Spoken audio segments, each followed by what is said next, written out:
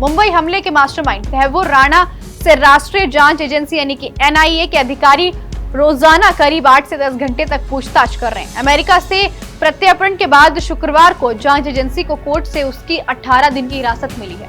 इस दौरान राणा से जुड़ी कई अहम जानकारियां सामने आ रही हैं। सूत्रों की माने तो तैमूर राणा को अब 26/11 हमले के आतंकवादी अजमहल कसाब जैसी सख्त सजा का डर सता रहा है। अमेरिका की जेल में लगभग 16 साल बिताने के बाद अब वह भारतीय कानून और न्यायिक प्रणाली को गहराई से समझने की कोशिश कर रहा है। ऐसा बताया जा रहा है कि राणा पूछताछ के दौरान बार-बार अधिकारियों से भारत की कानून प्रक्रिया के बारे में जानकारी मांग रहा है। कोर्ट के आदेश के तहत नियुक्त सरकारी वकील ने राणा से आधिकारिक रूप से मुलाकात कर यूएपीए के तहत उस पर लगाए गए सभी आरोपों की जानकारी दी है।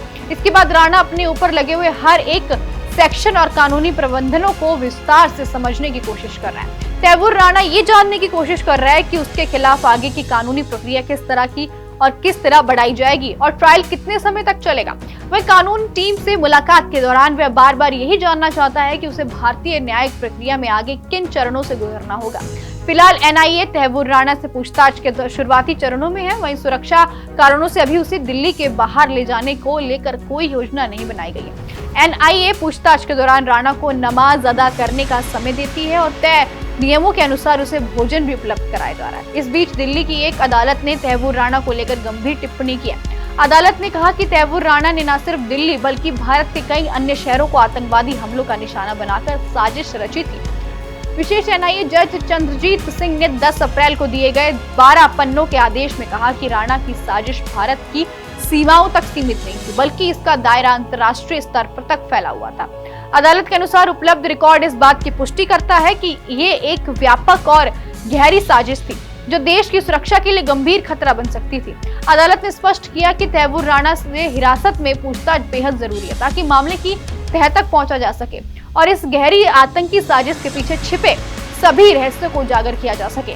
जांच के दौरान राणा को गवाहों, फॉरेंसिक सबूतों और दस्तावेजों, साक्ष्यों के साथ आमने सामने बैठकर पूछताछ की जाएगी जिससे सच्चाई की परतें खोली जा सके। इसके साथ ही अदालत ने निर्देश भी दिए हैं कि राणा की हर 48 घंटे में चिकित्सक जांच कराई जाएगी ताकि पूछताछ के दौरान उसकी सेहत पर नजर रखा जा सके और हिरासत में कोई स्वास्थ्य समस्या न आए।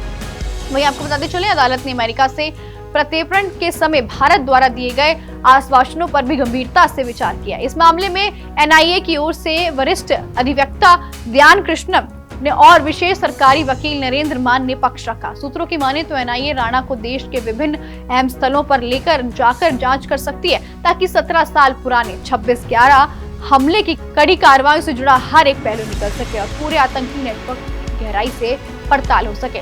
इससे साजिश की कई परतें खुलने की उम्मीद है। अगर बात करें तैमूर राणा की पृष्ठभूमि की तो वह पाकिस्तानी मूल का कनाडियन नागरिक है और 26/11 मुंबई हमलों के गुनहगार डेविड कॉलमैन हेनली का बेहद करीबी माना जाता है। राणा को अमेरिका से भारत प्रत्यर्पण संधि के तहत लाया गया है। 2008 में हुई इन हमलों में पाकिस्तान से आए 10 आतंकवादियों ने मुंबई पर हमला बोला था जिसमें 167 लोगों की जान चली गई और सैकड़ों घायल हुए थे। इस हमले की साजिश में राणा और हेनली की भूमिका को बेहद अहम माना जाता है। अब देखना होगा कि एनआईए की जांच में क्या कुछ नए पहलू निकल कर आएंगे। तब तक के लिए बने रहिए हमारे साथ।